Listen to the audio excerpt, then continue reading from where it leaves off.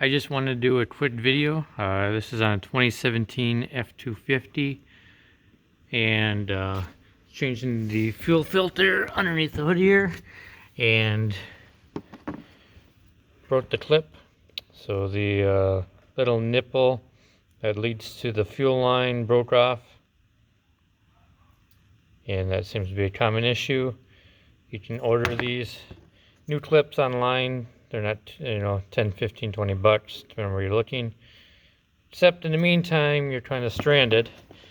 And so I saw some other YouTuber videos with going and buying these different fittings to make it work and stuff, but a real simple fix that I came across here is I had some 5/16 inch fuel line just laying in my shop here, and I was able to get the factory fuel line to go inside there. Got a hose clamp on it, and then the 5/16 fit snugly on the nipple of the return line on the fuel filter. Got a hose clamp on that, and don't have a leak yet, so should be a good temporary fix.